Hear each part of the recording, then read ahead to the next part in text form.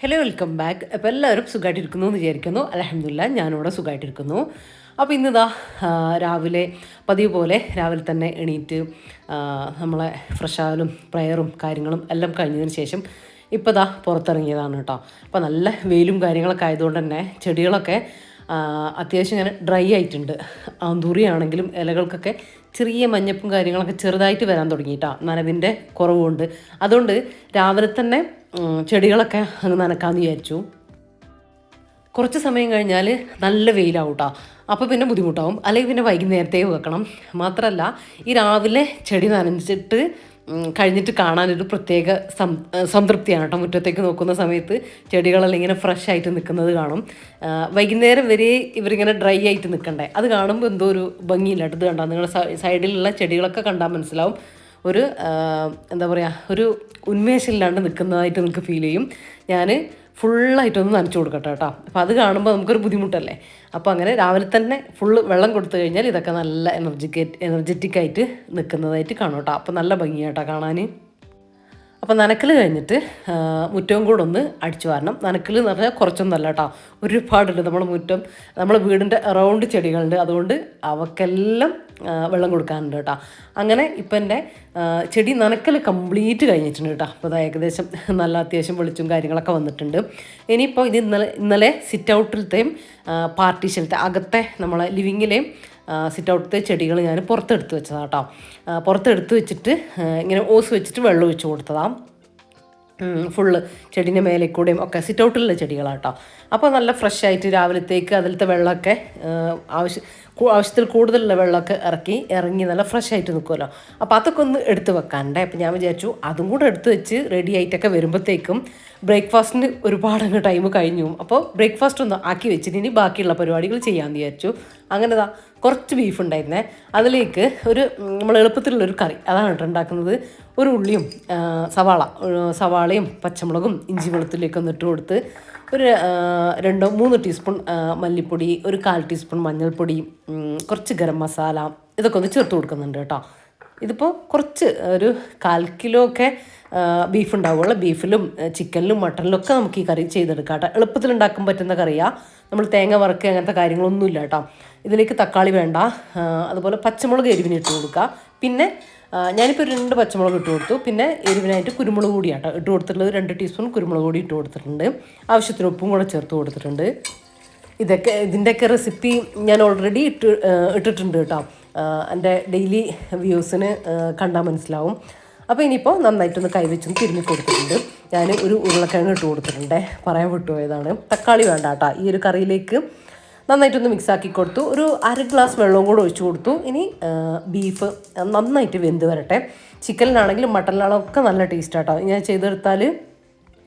ശരിക്കും പറഞ്ഞാൽ വിരുന്നുകാരൊക്കെ വരുമ്പോൾ അല്ലെങ്കിൽ പുതിയാപ്പിളൊക്കെ വരുമ്പോൾ നമ്മൾ നൈസ് പത്തിരിയൊക്കെ ഉണ്ടാക്കുമ്പോൾ അതിൻ്റെ കൂടെ കോമ്പിനേഷനായിട്ട് പോകുന്ന ഒരു അടിപൊളി കറി തന്നെയാണ് കേട്ടോ. എന്നാൽ ഉണ്ടാക്കാൻ ഭയങ്കര ഈസിയുമാണേ.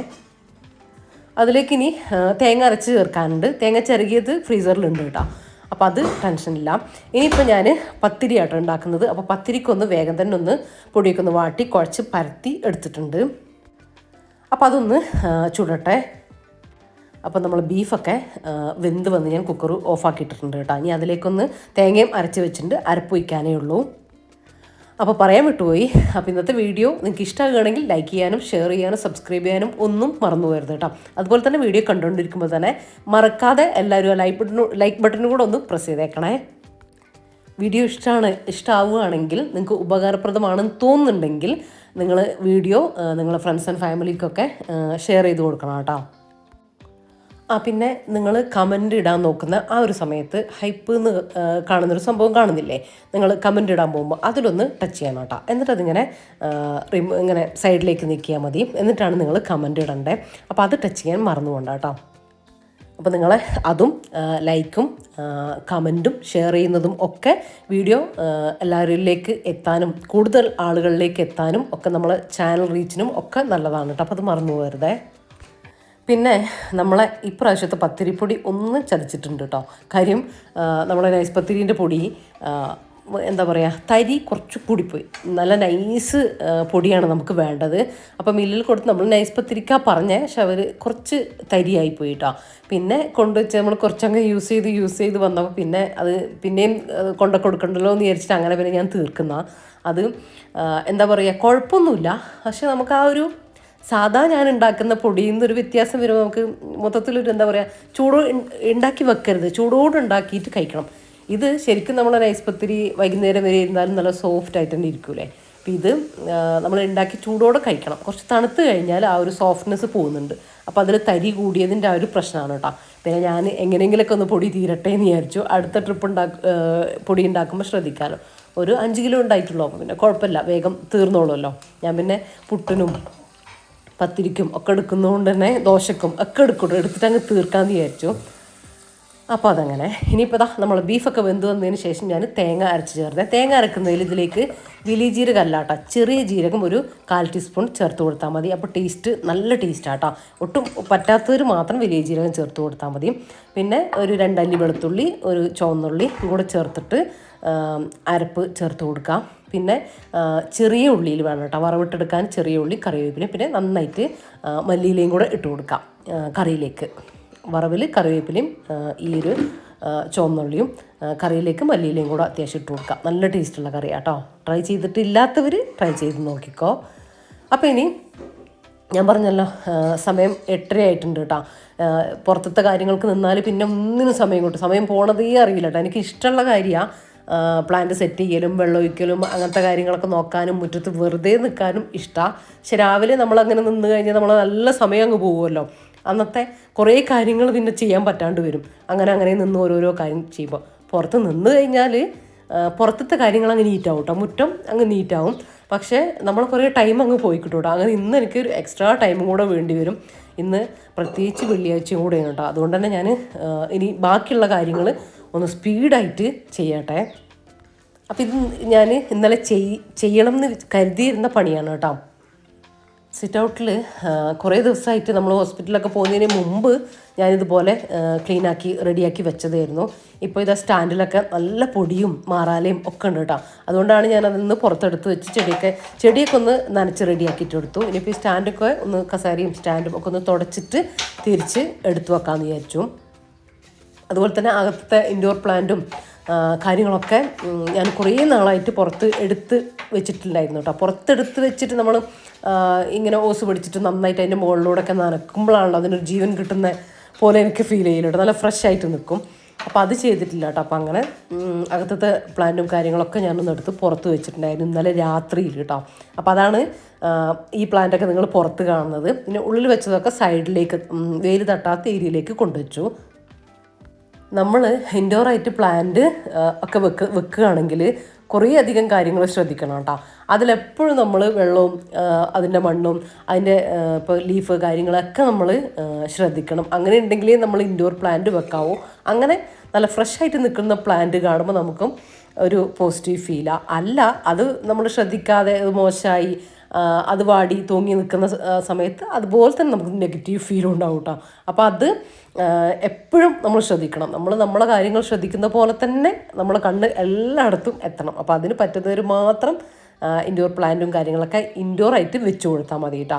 പുറത്ത് വെക്കുമ്പോൾ നമുക്ക് അത്ര പ്രശ്നമില്ല. വെള്ളം ഒഴിച്ച് നമ്മളങ്ങ് പോയാൽ മതി, വേറെയുള്ള സംഭവങ്ങളൊന്നും വരുന്നില്ലല്ലോ. പക്ഷെ അകത്ത് നമ്മൾ പ്ലാന്റ് വെക്കുമ്പോൾ കുറച്ചുകൂടി ഒരു കെയർ ആവശ്യമുള്ളതായിട്ട് എനിക്ക് തോന്നിയിട്ടുണ്ട് കേട്ടോ. അതിനിടയ്ക്ക് ഇതുപോലെ ഒന്ന് പുറത്തേക്ക് കൊണ്ടുവന്ന് നന്നായിട്ടൊന്ന് വെള്ളമൊക്കെ ഒന്ന് ഒഴിച്ച് അതിലെ ഉണങ്ങിയ ലീഫും കാര്യങ്ങളൊക്കെ അതൊന്ന് കട്ട് ചെയ്ത് മാറ്റി ഒന്ന് കറക്റ്റായിട്ടൊന്ന് ഗ്രൂം ചെയ്തിട്ടൊക്കെ നിർത്തേണ്ടതായിട്ടൊക്കെ ഉണ്ടാവും. അപ്പം അങ്ങനെ അപ്പോൾ ഇതൊക്കെ ഉണ്ടാവും. ഈ ഒരു സൈഡിലിട്ട നമ്മളെ അഗ്ലോണിയമില്ലേ അതൊക്കെ നന്നായിട്ട് ഡ്രൈ ആയിട്ടുണ്ടായിരുന്നു കേട്ടോ. കുറേ നാളായിട്ട് വെള്ളമൊന്നും കൊടുത്തിട്ടുണ്ടായിരുന്നില്ലല്ലോ. അപ്പോൾ അതൊക്കെയാണ് ഞാനിപ്പോൾ നന്നായിട്ട് നല്ല റെഡിയാക്കി ഒന്ന് ഉണങ്ങിയ ലീഫൊക്കെ ഒന്ന് കട്ട് ചെയ്ത് ഒക്കെ യഥാസ്ഥാനത്തേക്ക് എടുത്തു വെച്ചതാണ് കേട്ടോ. അപ്പോൾ ഇങ്ങനെ കാണുമ്പോൾ എന്താ പറയുക, അതൊക്കെ റെഡി ആയിട്ട് കാണുമ്പോൾ നല്ലൊരു ഫീലാണ്, നല്ലൊരു സന്തോഷമാണ് കാണുമ്പോൾ തന്നെ. അതിങ്ങനെ ഡ്രൈ ആയിട്ട് നിൽക്കുന്നത് കാണുമ്പോൾ അതുപോലെ തന്നെ വിഷമം വരാറുണ്ട് കേട്ടോ. പിന്നെ കുറേ പേര് നമ്മളെ ഗാർഡൻ ടൂർ ചെയ്യുമോ, പ്ലാന്റൊക്കെ ഒന്ന് കാണിക്കുമോ എന്നൊക്കെ ചോദിക്കലുണ്ട്.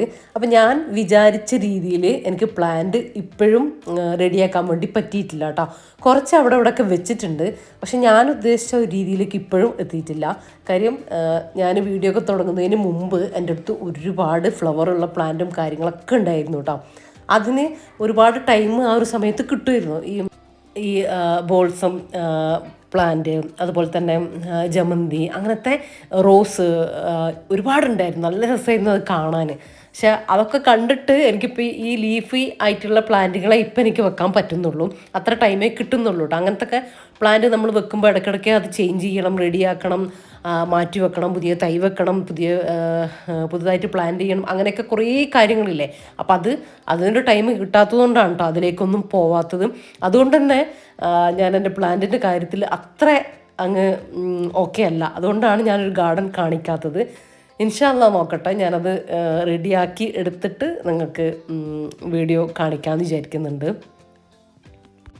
പിന്നെ നമ്മൾ ദിവസം ഈ ഒന്നിടവിട്ട് ഈ വീഡിയോ എടുക്കുമ്പോഴും വല്ലപ്പോഴും ഇപ്പോൾ എന്തെങ്കിലും ഹോസ്പിറ്റൽ കേസോ അങ്ങനെ എന്തെങ്കിലും അർജൻറ്റ് വരുമ്പോഴേ ഞാൻ വീഡിയോ ഇടാത്തതായിട്ടുള്ളത് നിങ്ങൾക്ക് അറിയാലോ. അപ്പോൾ അല്ലാത്തപ്പോൾ നമ്മൾ ഇങ്ങനത്തെ കാര്യങ്ങളൊക്കെ ആയിട്ട് ഇങ്ങനെ മുന്നോട്ട് പോകും. നമ്മളെ വീട്ടിലത്തെ കാര്യങ്ങളും നമ്മളെ കാര്യങ്ങളും ബാക്കിയുള്ളവരുടെതും വീട്ടിലുള്ളവരുടെ കാര്യങ്ങളും അതുപോലെ തന്നെ വീഡിയോൻ്റെ കാര്യങ്ങൾ ഒക്കെ ആയിട്ട് ഇങ്ങനെ പോകുന്ന സമയത്ത് നമുക്ക് ഒരു എക്സ്ട്രാ അങ്ങനത്തെ ഒരു ഫ്രീ ആയിട്ടുള്ളൊരു ടൈം എനിക്ക് കിട്ടുന്നില്ല. എഡിറ്റിങ്ങും കാര്യങ്ങളും എല്ലാം നമ്മൾ തന്നെയല്ലേ ചെയ്യുന്നത്, ഷൂട്ടും എഡിറ്റിങ്ങും ഒക്കെ. അപ്പോൾ അതിൻ്റെയൊക്കെ ഒരു തിരക്കും ഒക്കെയാണ് അതിൽ കാണുന്നത്. അപ്പോൾ അതൊക്കെ ഓക്കെ ആക്കി എടുത്തിട്ട് ഒരു എക്സ്ട്രാ ടൈം അതിന് കണ്ടിട്ട് ഒന്ന് റെഡിയാക്കി എടുക്കണം എന്ന് ഞാൻ വിചാരിക്കുന്നുണ്ട്. ഇൻഷാ അല്ലാഹ് റെഡിയാവുമെന്ന് വിചാരിക്കുന്നത്. എല്ലാം നമുക്ക് നടക്കുന്നില്ലേ. അപ്പോൾ അതും എൻ്റെ ഒരു ആഗ്രഹമാണ്. അതും ഞാൻ നടത്തും. എന്നിട്ട് ഞാൻ നല്ല ഡീറ്റെയിൽ ആയിട്ട് ഞാൻ കാണിക്കാം കേട്ടോ. അപ്പോൾ നിങ്ങൾക്കും അതിനനുസരിച്ച് അങ്ങനെ ചെയ്തെടുക്കാൻ വേണ്ടിയിട്ട് പറ്റും. ഞാൻ പറഞ്ഞില്ലേ, പുറത്തത്തെ കാര്യങ്ങൾക്ക് നിൽക്കുമ്പോൾ നമുക്ക് ഒരുപാട് സമയം പോകുന്നു. അപ്പോൾ ഇനിയിപ്പോൾ ഒരു മിന്നൽ പണിയാട്ടോ ഇന്ന് എടുക്കുന്നത്. ഞാനിത് ഇന്നലെ രാത്രിയിൽ മടക്കി വെച്ചതാണ്. അപ്പോൾ അതൊക്കെ ഒന്ന് അലമാരയിലേക്ക് എടുത്ത് വെക്കട്ടെ. മൊത്തത്തിലൊന്ന് ഒതുക്കി പെറുക്കി അടിച്ചു വാരിയും കൂടെ വേണം കേട്ടോ. അപ്പോൾ അതിന് ശേഷം ഇപ്പം ഞാൻ കിച്ചണിലേക്ക് വന്നു. ഇനിയിപ്പോൾ ലഞ്ച് ഇന്ന് വെള്ളിയാഴ്ചയാണ്. ബിരിയാണിയും നെയ്ച്ചോറൊന്നും ആക്കുന്നില്ല, എന്നാലും ഒരു സ്പെഷ്യൽ ആക്കുമല്ലോ ചെറുതായിട്ട്. അപ്പോൾ അത് വേഗം ഒന്ന് ആക്കിയിട്ട് എടുക്കട്ടെ. ഞാൻ ഒരു തേങ്ങാച്ചോറോട്ടാക്കി എടുക്കുന്നത് നാടൻ രീതിയിൽ നല്ല നാടൻ റെസിപ്പി എന്ന് ഉദ്ദേശിച്ചാൽ കേട്ടോ. അപ്പോൾ ഇതാ കുക്കറിലേക്ക് കുറച്ച് വെളിച്ചെണ്ണ ഒഴിച്ച് കൊടുത്തിട്ട് പട്ട, ഗ്രാമ്പു, ഏലക്ക ഒന്ന് പൊട്ടി വന്നതിന് ശേഷം, കറിവേപ്പില പൊട്ടി വന്നതിന് ശേഷം ഒരു അരക്കപ്പ് തേങ്ങയിലേക്ക് ഒരു ഹാഫ് സവാള അല്ലെങ്കിൽ കുറച്ച് ചെറിയുള്ളി ഇട്ട് കൊടുത്താൽ മതി. ഒരു 5 ടല്ലി ചെറിയുള്ളി ഇട്ട് കൊടുക്കുക. എന്നിട്ടൊന്ന് ജസ്റ്റ് ഒന്ന് പേസ്റ്റാക്കി അരഞ്ഞെടുക്കുക. വല്ലാണ്ട് പേസ്റ്റായിട്ട് പോകണ്ട. കുറച്ച് വലിയ ജീരകം, 1 ടീസ്പൂൺ വലിയ ജീരകം കൂടെ ഇട്ട് കൊടുക്കണേ. അരക്കുമ്പോൾ സമയത്ത് വെളിച്ചെണ്ണയിലിട്ടിട്ട് 1 മിനിറ്റ് ഒന്ന് വഴറ്റി കൊടുത്തതിന് ശേഷം കഴുകി എടുത്തിട്ടുള്ള നമ്മൾ ചോറരിയില്ലേ, ഏതരിയായാലും കുഴപ്പമില്ല, വേവുള്ളതായാലും വേവില്ലാത്തതായാലും ഒന്നും കുഴപ്പമില്ല. ഞാനിപ്പോൾ റേഷൻ അരിയാണ് എടുത്തിട്ടുള്ളത്, വേവ് കുറഞ്ഞ അരി കേട്ടോ. അത് നന്നായിട്ട് കഴുകിയതാ, ഡ്രെയിൻ ചെയ്യാനൊന്നും വെക്കണ്ട. അതിൽ നിന്ന് വെള്ളത്തിൽ നിന്ന് ഇങ്ങനെ കൈ കൊണ്ട് ഊറ്റിയിട്ട് അങ്ങ് ഇട്ട് കൊടുത്താൽ മതി. പിന്നെ അരി എത്രയാണോ അതിൻ്റെ ഇരട്ടി വെള്ളമാട്ടോ ഞാൻ വെക്കുന്നത്. ഇവിടെ നല്ല സോഫ്റ്റ് ആയിട്ട് വേവണം കേട്ടോ, വേവാണ്ടിരിക്കുന്നത് ഇഷ്ടമല്ല. അപ്പം 1 ഗ്ലാസ് അരിക്ക് 2 ഗ്ലാസ് വെള്ളം എന്ന നിലയിൽ ഒഴിച്ചു കൊടുത്തു, ഉപ്പ് കൂടെ ചെക്ക് ചെയ്ത് കൊടുത്തു. ഇനി ഹൈ ഫ്ലെയിമിൽ ഒറ്റ വിസിൽ എയർ പോയതിന് ശേഷം നമുക്ക് ഓപ്പൺ ആക്കി നോക്കാം. പിന്നെ വേവ് ഒട്ടുമില്ലാത്ത തീരെ വേവ് കുറഞ്ഞ അരിയാണെങ്കിൽ 1 ഗ്ലാസ് അരിക്ക് ഒരു എന്താ പറയുക 1.25 എടുത്താൽ മതി കേട്ടോ. അതായത് 1 ഗ്ലാസ് അരിക്ക് 3/4 ഗ്ലാസ് വെള്ളം എടുത്താൽ മതി. ആ കണക്കിന് എടുക്കാം. പിന്നെ എയറിലും കുറച്ച് സമയം അങ്ങ് കുറക്കുക, അങ്ങനെയൊക്കെ ചെയ്തെടുത്താൽ മതി. അത് നമ്മുടെ കയ്യിലുള്ള അരിക്കനുസരിച്ച് ചെയ്തെടുക്കാം. പിന്നെ വേവുള്ള അരിയാണെങ്കിൽ ഒരു അരമണിക്കൂർ അരി ഒന്ന് കഴുകിയിട്ട് സോക്ക് ചെയ്യാൻ വേണ്ടിയിട്ട് വെക്കുക കേട്ടോ. എന്നിട്ട് ഇതുപോലെ ഇട്ട് കൊടുക്കുക, ഇരട്ടി വെള്ളം വെക്കുക. എന്നിട്ട് ഹൈ ഫ്ലെയിമിൽ ഒരു എയറെല്ലാം പോയതിന് ശേഷം ഓപ്പൺ ആക്കി നോക്കുമ്പോൾ വേവ് കുറവാണെങ്കിൽ അങ്ങനെ തന്നെ പെട്ടെന്ന് തന്നെ അടച്ച് വെക്കുക. എന്നിട്ട് കുറച്ച് സമയം അവിടെ അങ്ങനെ തന്നെ വെക്കുക. പിന്നീട് കുറച്ച് സമയം കഴിഞ്ഞിട്ട് ഓപ്പൺ ആക്കി നോക്കുക. അപ്പോൾ കറക്റ്റായിട്ട് വെന്തിട്ടുണ്ടാവും കേട്ടോ. വെന്തിട്ടില്ലെങ്കിൽ വീണ്ടും അടച്ച് വെക്കുക. അങ്ങനെ മാത്രം ചെയ്താൽ മതി. ഏതരിയാണെങ്കിലും ഈ രീതിയിൽ നിങ്ങൾക്ക് ചെയ്തെടുക്കാൻ വേണ്ടി പറ്റുമേ. നമ്മൾ അടുപ്പിൽ വെക്കുന്നതിനേക്കാളും നല്ല ടേസ്റ്റ് ഉണ്ടാവും കേട്ടോ. ഇങ്ങനെ വെക്കുമ്പോൾ നല്ല സോഫ്റ്റ് ഉണ്ടാവും. ഈ ഒരു ബീഫ് വരട്ടും കൂടെ ഞാൻ ഉണ്ടാക്കുന്നുണ്ട്. ബീഫ് വരട്ട് ഞാൻ എപ്പോഴും കാണിക്കുന്നത് തന്നെയാണ്, ഞാൻ കാണിച്ചിട്ടുള്ള റെസിപ്പി തന്നെയാണ്. മുളക് പൊടിയും കുറച്ച് മഞ്ഞൾപ്പൊടിയും കുറച്ച് ഉലുവ, ഇഞ്ചി വെളുത്തുള്ളി, ഇത്രയും ഇട്ടിട്ട് ഒന്ന് കുഴച്ച് വേവിക്കാൻ വേണ്ടിയിട്ട് വെക്കുന്നതാണ് കേട്ടോ. ചെറിയ ഉള്ളിയോ അല്ലെങ്കിൽ ഒരു സവാളയോ ചേർത്ത് കൊടുത്താൽ മതി, ഒരു ചെറിയ സവാള. ഇനിയിപ്പോൾ അതാ നമ്മളെ തേങ്ങാച്ചോറിൻ്റെ കോമ്പിനേഷൻ ബീഫ് വരട്ട്, പരിപ്പ് കറി, കേബേജ് ഉപ്പേരി, ഉള്ളി സുർക്ക, ഇത്രയല്ലേ, പപ്പടം. അപ്പോൾ അതൊന്നും അങ്ങനത്തെ കുറേ കാര്യങ്ങളൊന്നും ഇല്ല. എന്നാലും എനിക്ക് ഈ തേങ്ങാച്ചോറും ബീഫ് വരട്ടും മാത്രം മതി കേട്ടോ. ഇത് തേങ്ങാച്ചോറ് കഴിക്കാൻ വേണ്ടിയിട്ട് ചെറുപ്പിക്കൊക്കെ പരിപ്പ് ഇഷ്ടമാണ്. അതുകൊണ്ട് ഞാൻ കുറച്ച് പരിപ്പും കൂടെ ഉണ്ടാക്കിയെടുക്കുന്നുണ്ട്. കുറച്ച് പരിപ്പ്, അതിലേക്ക് ഒരു തക്കാളി, ഒരു പച്ചമുളകും കൂടെ ഇട്ട് കൊടുത്തിട്ടുണ്ട്. കുറച്ച് മഞ്ഞൾപ്പൊടിയും കൂടെ ഇട്ട് കൊടുക്കുക, ആവശ്യത്തിന് ഉപ്പും കൂടെ ഇട്ട് കൊടുത്തിട്ടൊന്ന് വേവിച്ചെടുക്കുക. എന്നിട്ട് തേങ്ങ അരച്ചിട്ട് നമ്മൾ ഉണ്ടാക്കിയെടുക്കില്ലേ, ആ ഒരു കറി കേട്ടോ. ഈ ഒരു പരിപ്പ് കറി തേങ്ങാച്ചോറിലേക്ക് ഞാൻ ഇവിടെ വന്നിട്ടാട്ടോ കഴിക്കാൻ തുടങ്ങിയത്. ഞങ്ങളവിടെയൊക്കെ ഒന്നുകിൽ തേങ്ങാച്ചോറിലേക്ക് ഈ ബീഫ് മസാലക്കറിയില്ലേ അതാണ് ഉണ്ടാക്കുക, അല്ലെങ്കിൽ ബീഫ് വരട്ടും ഈ കുമ്പളങ്ങയോ വെള്ളരിയോ അതാണ് കറി വെക്കുക കേട്ടോ. അത് നമ്മളെ ഏരിയയിൽ അങ്ങനെയാണ്. പക്ഷേ അത് ഞാൻ ട്രൈ ചെയ്തിട്ടില്ല. എൻ്റെ ചെറുതിൽ ഞാൻ അതാണ് അവിടെ കണ്ടിട്ടുള്ളത് കേട്ടോ. പക്ഷെ ഇവിടെ വന്നതിൻ്റെ ശേഷമല്ലേ നമ്മൾ പാചകം ഇതൊക്കെ കഴിക്കാനും ആസ്വദിച്ച് എല്ലാം കൂട്ടി കഴിക്കാനൊക്കെ നോക്കാൻ പറ്റത്. ബീഫും ചോറും മാത്രമല്ല ചെറുതാവുമ്പോൾ നമ്മൾ കഴിക്കുള്ളൂ. അപ്പം അങ്ങനെ ഇവിടെ വന്നതിന് ശേഷമാണ് ഞാനിതൊക്കെ ട്രൈ ചെയ്യാൻ വേണ്ടിയിട്ട് തുടങ്ങിയത് കേട്ടോ. ഫുഡൊക്കെ നമ്മൾ പഠിച്ച് പാചകം ചെയ്യാനൊക്കെ തുടങ്ങുക നമ്മൾ കല്യാണം കഴിഞ്ഞതിൻ്റെയൊക്കെ ശേഷമല്ലേ. അതുകൊണ്ടാണ് പറഞ്ഞത്. ആ ഒരു മസാലക്കറിയും അടിപൊളിയാട്ടോ. നമ്മൾ പള്ളിയിലൊക്കെ കിട്ടുന്ന ആ ഒരു കറിയില്ലേ, ആ ഒരു കറി ഇട്ടാ അതും തേങ്ങാച്ചോറും നല്ല കോമ്പിനേഷൻ അല്ലേ. അപ്പോൾ ഇതാ നമ്മളെ ചോറ് റെഡി ആയിട്ട് വന്നിട്ടുണ്ട് കേട്ടോ. നമുക്കിവിടെ നല്ല സോഫ്റ്റായിട്ട് വേവണേ. ഇനിയിപ്പോൾ ഇത്ര നിങ്ങൾക്ക് വേവണ്ടെങ്കിൽ കുറച്ച് വെള്ളം കുറക്കുക. അതുപോലെ തന്നെ ഫുൾ എയറിൽ ഇടുകയും വേണ്ട. ഇത് നമുക്കിവിടെ ഇത് കറക്റ്റാണ് കേട്ടോ. അപ്പോൾ നിങ്ങൾ ഒരുപാട് പെട്ടെന്ന് വേവുന്ന അരിയാണെങ്കിൽ ആ രീതിയിലൊക്കെ ചെയ്തെടുക്കാം കേട്ടോ. വേവുന്ന അരിയാണെങ്കിൽ ഞാൻ പറഞ്ഞ പോലെ ചെയ്തെടുത്താൽ മതി. ഇത് കണ്ടോ, നല്ല സോഫ്റ്റ് ആയിട്ടുള്ള ചോറ് നമുക്ക് കിട്ടും കേട്ടോ. ഒട്ടിപ്പിടിക്കൊന്നുമില്ല, നല്ല കറക്റ്റായിട്ട് നല്ല ടേസ്റ്റും ഉണ്ടാവട്ടെ ഇങ്ങനെ ചെയ്തെടുത്താൽ. അപ്പോൾ ഇതാ ഇനി നമ്മളെ പരിപ്പ് കറി, പരിപ്പും കൂടെ വെന്ത് വന്നു. അതിനുശേഷം പരിപ്പിൽ കുറച്ച് തേങ്ങയും ചെറിയ ജീരകം, ഒരു വെളുത്തുള്ളിയും കൂടെ ചേർത്ത് കൊടുത്തിട്ടുണ്ട്. തേങ്ങയിൽ അരപ്പും കൂടെ ഒന്ന് ഒഴിച്ചു കൊടുത്തു. ഇനി കടുകിലൊന്ന് താളിച്ചെടുക്കാം, കടുകും കറിവേപ്പിലയും കൂടെ. അപ്പോൾ നമ്മളെ തേങ്ങാച്ചോറിലേക്കുള്ള പരിപ്പ് കറിയും റെഡി ആയിട്ടുണ്ട്. ഇപ്പോൾ സമയം 11:30 ആയിട്ടുണ്ട് കേട്ടോ. പിന്നെ കുളിയും കാര്യങ്ങളൊക്കെ രാവിലെ കഴിഞ്ഞതുകൊണ്ട് വലിയ പ്രശ്നമല്ല. ഇനിയിപ്പം ബീഫും കൂടെ ഒന്ന് റെഡിയാക്കിയിട്ട് എടുക്കട്ടെ. ബീഫും കൂടെ ഒന്ന് ചട്ടിയിലേക്ക് ഇട്ടെടുത്ത് കഴിഞ്ഞാൽ എൻ്റെ കുക്കിങ് കാര്യങ്ങൾ കഴിഞ്ഞു. ഇനി കൗണ്ടർ ടോപ്പ് കൂടെ ഒന്ന് ക്ലീൻ ചെയ്ത് കഴിഞ്ഞാൽ പിന്നെ ഞാൻ പ്രയറും കാര്യങ്ങളൊക്കെ ആയിട്ട് നമസ്കാരവും കാര്യങ്ങളും എല്ലാം കഴിഞ്ഞിട്ടേ പിന്നെ നമ്മളിങ്ങോട്ടേക്ക് വരുള്ളൂ കേട്ടോ, ഫുഡ് കഴിക്കാനായിട്ട് വരുള്ളൂ. അപ്പോൾ റഫീഖൊക്കെ എങ്ങനെ ഉണ്ടെന്ന് എല്ലാവരും കഴിഞ്ഞ വീഡിയോയിലും ചോദിച്ചിട്ടുണ്ട്. ഞാൻ പറഞ്ഞിട്ടുണ്ടായിരുന്നു കഴിഞ്ഞ ദിവസം കുറവുണ്ട് കേട്ടോ, കുറഞ്ഞു വരുന്നുണ്ട്. എന്തായാലും കുഴപ്പമൊന്നുമില്ല, ഇപ്പോൾ റെഡി ആയിട്ട് വരുന്നുണ്ട്. അപ്പോൾ ഇവിടെ ഉണ്ട് കേട്ടോ, ഡ്യൂട്ടിക്ക് പോകാൻ തുടങ്ങിയിട്ടില്ല, വീട്ടിലുണ്ട്, റെസ്റ്റാണ്. നമ്മൾ അതൊക്കെ ചെയ്ത് കഴിഞ്ഞ് വന്നാൽ ഇനിയും റെസ്റ്റ് എടുക്കണമല്ലോ. അപ്പോൾ റെസ്റ്റ് തന്നെയാണ്, നല്ല ബെഡ് റെസ്റ്റ് തന്നെ എടുക്കണമെന്ന് പറഞ്ഞിട്ടുണ്ട്. അപ്പോൾ അങ്ങനെയൊക്കെയാണ്. അപ്പോൾ നമ്മൾ ബീഫ് ഒന്ന് ഞാൻ ചട്ടിയിലിട്ടെടുത്തു, വെളിച്ചെണ്ണ ഒഴിച്ചു, കുറച്ച് കറിവേപ്പില. ഇത് നിങ്ങൾക്ക് ഇങ്ങനെ ഡ്രൈ ആക്കി ഉണക്കി ഇങ്ങനെ കറുത്ത ബീഫാക്കിയിട്ട് എടുക്കാം കേട്ടോ. നമുക്കിപ്പോൾ തേങ്ങാച്ചോറിലേക്ക് ഇങ്ങനെയാണ് ഇഷ്ടം, ചെറിയൊരു ഗ്രേവിയിൽ. അപ്പോൾ ഞാൻ അത്രയും ആക്കുന്നുണ്ട്. 2 മിനിറ്റ് ലോ ഫ്ലെയിമിൽ വെച്ചു, അത്രമാത്രം. അപ്പോൾ ഇനിയിപ്പോൾ ഇതാ നമ്മുടെ ദൂര നമസ്കാരം കാര്യങ്ങളൊക്കെ കഴിഞ്ഞു. ഇനിയിപ്പോൾ നമ്മൾ തേങ്ങാച്ചോറും ബീഫൊക്കെ കൂട്ടിയിട്ട് കഴിക്കട്ടെ കേട്ടോ. ഇതിൽ ചിലർക്കെങ്കിലും കാബേജ് ഉപ്പേരിയും ഉള്ളി സുർക്കയും പപ്പടമൊക്കെ മിസ്സാകുന്നുണ്ടാവും. അപ്പം നമ്മൾ അങ്ങനെ പപ്പടം വളരെ കുറവാട്ടാ, വാങ്ങുന്നതും കഴിക്കുന്നതും വളരെ കുറവാണ്. ഞാൻ പപ്പടം കഴിക്കുന്നത് എൻ്റെ വീട്ടിലൊക്കെ പോകുമ്പോൾ അവിടെ ഉപ്പാക്ക് നിർബന്ധമാണ്, അപ്പോൾ കഴിക്കും. അതും ഓവറില്ല കേട്ടോ, ഒരെണ്ണമൊക്കെ കഴിക്കും, അത്ര തന്നെ.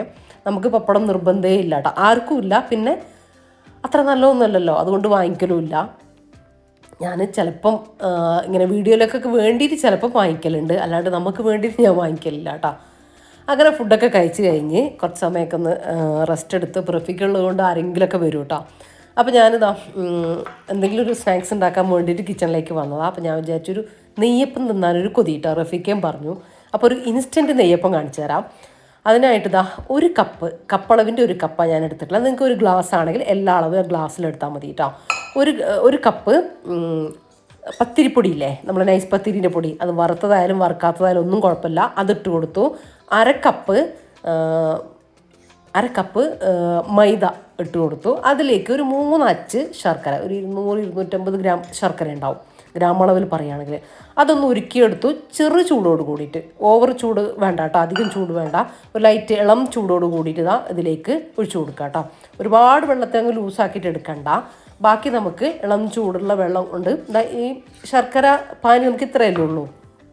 ബാക്കി നമുക്ക് ലൂസ് കൺസിസ്റ്റൻസി ആക്കി എടുക്കാൻ വേണ്ടിയിട്ട് ഇളം ചൂടുള്ള വെള്ളം എടുത്താൽ മതി കേട്ടോ. ഇനിയിപ്പോൾ ഞാൻ കുറച്ച് ഇളം ചൂടുള്ള വെള്ളം ഒഴിച്ചിട്ട് ഇതൊന്ന് ആ ഒരു കറക്റ്റ് കൺസിസ്റ്റൻസിയിലേക്ക് കൊണ്ടുവരട്ടെ.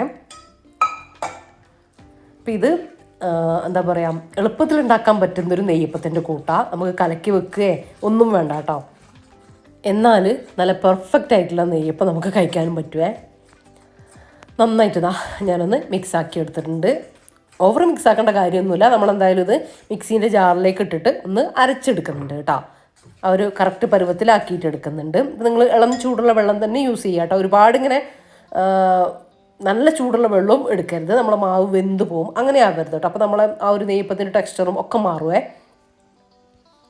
ഇത് ഞാൻ മുഴുവനായിട്ട് ജാറിലേക്ക് ഇട്ട് കൊടുത്തു. ഇനി ഇതൊന്ന് നന്നായിട്ടൊന്ന് അരച്ചെടുക്കട്ടെ. ആ ഒരു നല്ല ഫൈൻ ആയിട്ട് കിട്ടാൻ വേണ്ടിയിട്ടാണ് കേട്ടോ. ആ അരച്ചെടുത്ത മാവിലേക്ക് ഒരു 3 ടേബിൾ സ്പൂണ് റവ, വറുത്തതോ വറുക്കാത്തതായാലൊന്നും കുഴപ്പമില്ല, അതൊക്കെ നിങ്ങൾക്ക് സംശയം ഉണ്ടാവുമെന്നാണ് ഞാൻ എടുത്ത് പറയുന്നത്, അതിട്ട് കൊടുക്കുക. പിന്നെ ആവശ്യത്തിന് എന്ന് പറഞ്ഞാൽ ഒരു 1/4 ടീസ്പൂൺ ഉപ്പ് ചേർത്ത് കൊടുക്കുക. ഒരു 2 പിഞ്ച് ഒരു 2 നുള്ളൊക്കെ മതി, ഒരു 2 നുള്ള് ബേക്കിംഗ് പൗഡർ ചേർത്ത് കൊടുക്കുക. ഇനി ബേക്കിംഗ് സോഡയാണെങ്കിലും കുഴപ്പമില്ല, ബേക്കിംഗ് പൗഡർ ആണെങ്കിൽ അത് ചേർത്ത് കൊടുക്കുക കേട്ടോ. കയ്യിലുണ്ടെങ്കിൽ അത് ചേർത്ത് കൊടുക്കുക, ഇല്ലെങ്കിൽ ബേക്കിംഗ് സോഡ എടുത്തോ. പിന്നെ കയ്യിലുണ്ടെങ്കിൽ എള്ള് ചേർത്ത് കൊടുക്കുക. ജീരകത്തിൻ്റെ ഫ്ലേവർ ഇഷ്ടമാണെങ്കിൽ ഒരു പിഞ്ച് ജീരകം ചേർത്ത് കൊടുക്കുക. ഞാനിപ്പോൾ അതെല്ലാം ചേർത്ത് കൊടുത്തിട്ടുണ്ട്. നിങ്ങൾക്ക് വേണമെങ്കിൽ തേങ്ങാക്കൊത്തൊക്കെ ചേർത്ത് കൊടുക്കുക കേട്ടോ. ഞാനിപ്പോൾ അത്ര അങ്ങ് മെനക്കെട്ട് ഉണ്ടാക്കണമൊന്നുമില്ല, ഒരു ഇൻസ്റ്റൻറ്റ് നെയ്യപ്പം പെട്ടെന്ന് ഉണ്ടാക്കിയെടുക്കുന്നതല്ലേ. ഇനിയിപ്പോൾ അത് വറുത്ത് തേങ്ങാക്കൊത്ത് ഉണ്ടാക്കാനൊന്നും ഞാൻ പോകുന്നില്ല കേട്ടോ. അപ്പോൾ ഇതാ എണ്ണ ചൂടായി വന്നിട്ടുണ്ട്, നമുക്ക് നെയ്യപ്പം ചുട്ടെടുക്കാം. അപ്പോൾ നെയ്യപ്പം ചുടുമ്പോൾ നമ്മൾ ശ്രദ്ധിക്കേണ്ടത്, ഞാൻ അതുകൊണ്ടാണ് ഇത് ഇവിടെ കട്ടാക്കാതെ നിങ്ങൾക്ക് കാണിച്ചു തന്നത്. എൻ്റെ എണ്ണ നന്നായിട്ട് ചൂട് കൂടിയിട്ടുണ്ടായിരുന്നു, നന്നായിട്ട് ചൂടുണ്ടായിരുന്നു.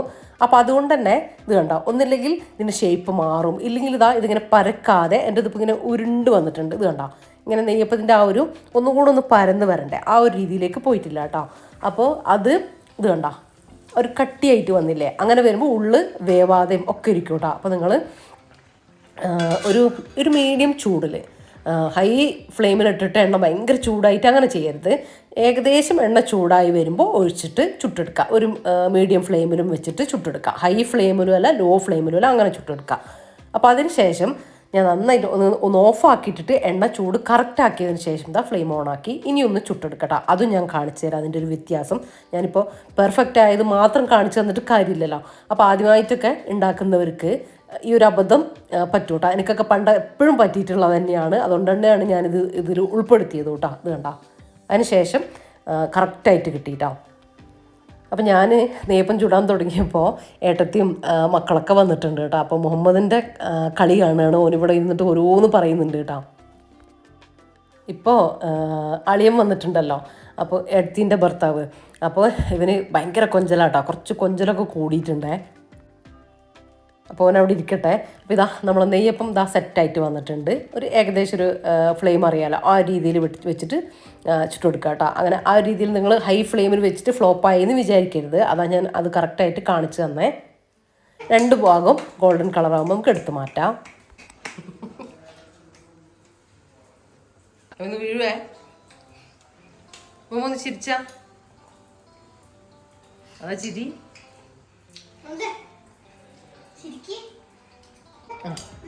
ഒരു മിനിറ്റ്.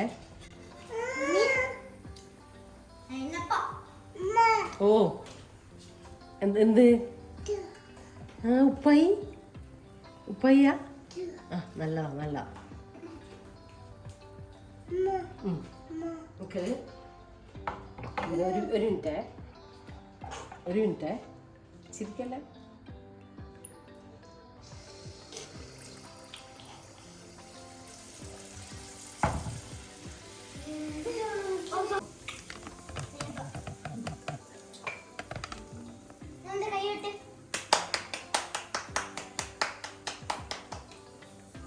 ഹായ് കുട്ടി വരുമ്പോ കണ്ണ് പൂട്ടുണ്ട്. ഹായ് പറയും, ഹായ് പറയും.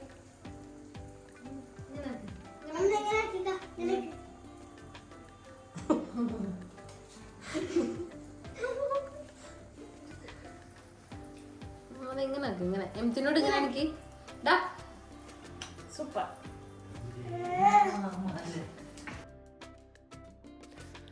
അപ്പോൾ ഇതാ നമ്മളെ നെയ്യപ്പം നല്ല റെഡി ആയിട്ട് വന്നിട്ടുണ്ട്. അങ്ങനെ കുറേ നെയ്യപ്പൊന്നും ഇല്ല കേട്ടോ. ഇപ്പോൾ ഉണ്ടാക്കിയത് ഏകദേശം തീരാനുമായിട്ടുണ്ട്. എല്ലാവരും കഴിച്ചുകൊണ്ടിരിക്കുന്നുണ്ട് കേട്ടോ. അപ്പോൾ ഇതാ എനിക്കിത് ഒന്ന് ഞാൻ പറഞ്ഞൊന്ന് ജസ്റ്റ് വീഡിയോ കാണിക്കട്ടെ എന്ന് ഒന്ന് കാണിച്ച് കഴിഞ്ഞിട്ട് വേണം എല്ലാവർക്കും തീർക്കാൻ വേണ്ടിയിട്ട് കേട്ടോ. അത്രയല്ലേ ഞാൻ ഉണ്ടാക്കിയിട്ടുള്ളൂ. പിന്നെ രണ്ടാമത് മാവ് ഉണ്ടാക്കാൻ അവർ സമ്മതിക്കുന്നുമില്ല. അപ്പോൾ ഞാൻ ജസ്റ്റ് ഒന്ന് വീഡിയോ എടുത്തിട്ട് ഇത് അവർക്ക് കൊടുക്കട്ടെ. എല്ലാവർക്കും കഷ്ടി ഓരോന്ന് എടുക്കാം കേട്ടോ, അത്രയേ ഉള്ളൂ. അപ്പോൾ ഞാനിതൊന്ന് കട്ട് ചെയ്തിട്ട് കൂടെ നിങ്ങൾക്ക് കാണിച്ചു തരാം. ഇത് കണ്ടോ, നമ്മളൊരു ഇൻസ്റ്റൻറ്റ് നെയ്യപ്പാണെന്നൊന്നും ഇത് പറയില്ല കേട്ടോ. നല്ല പെർഫെക്റ്റ് ആയിട്ട് നമ്മൾ മാവൊക്കെ അരച്ച് വെച്ചിട്ട് ഉണ്ടാക്കുന്ന ആ ഒരു നെയ്യപ്പത്തിൻ്റെ ആ ഒരു ടെക്സ്ചറും കാര്യങ്ങളും ടേസ്റ്റും നല്ല രസമുണ്ട് കേട്ടോ. അടിപൊളിയായിട്ട് തന്നെ വന്നിട്ടുണ്ടായിരുന്നു. അപ്പോൾ മസ്റ്റ് ട്രൈ ചെയ്യണം കേട്ടോ. എന്തായാലും ട്രൈ ചെയ്ത് നോക്കിയിട്ട് ഫീഡ്ബാക്ക് തന്നെ അറിയിക്കാൻ മറന്നു പോകല്ലേ. അപ്പോൾ നമ്മൾ വൈകുന്നേരത്തെ ചായ അടുപ്പത്ത് വെച്ചിട്ട് ഒന്ന് മിക്സ് ആക്കിയിട്ട് ഉണ്ടാക്കേണ്ട നെയ്യപ്പാണ് കേട്ടോ. അപ്പോൾ ട്രൈ ചെയ്ത് നോക്കിയിട്ട് ഫീഡ്ബാക്ക് അറിയിക്കാൻ മറന്നു പോകല്ലേ.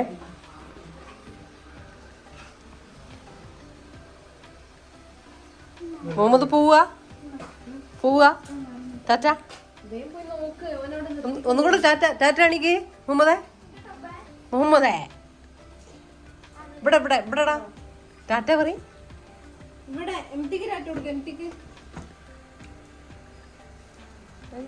വണ്ടി ഇങ്ങനെ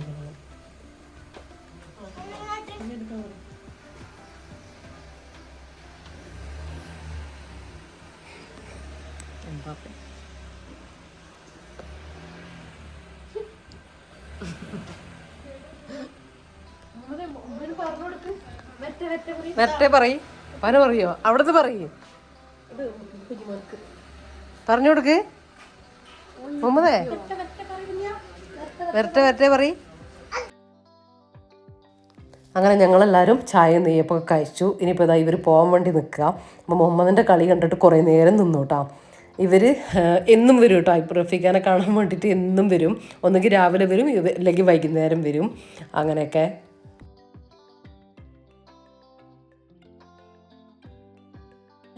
ബാവനോട് ടാറ്റ. പോണ ഉഷാറുണ്ട്. ഓ എന്താ ടാറ്റ ടാറ്റ ടാറ്റ ടാറ്റ എന്താ എന്താണ്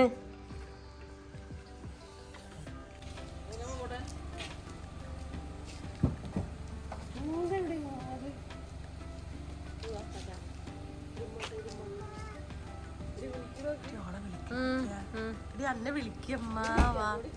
ഇങ്ങനെ പാ അവിടെ ഇരിക്കാൻ കാട്ടുന്നൊക്കെ സ്ഥലം വാന്ന്.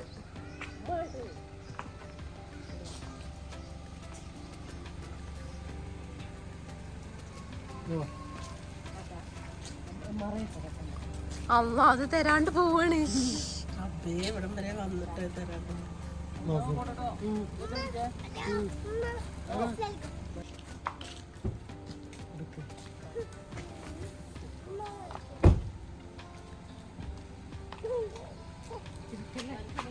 വീഡിയോ എടുക്കുമ്പോഴൊക്കെ നല്ലതാണ്.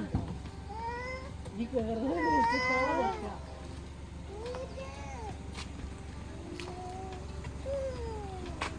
ചുരിദാർ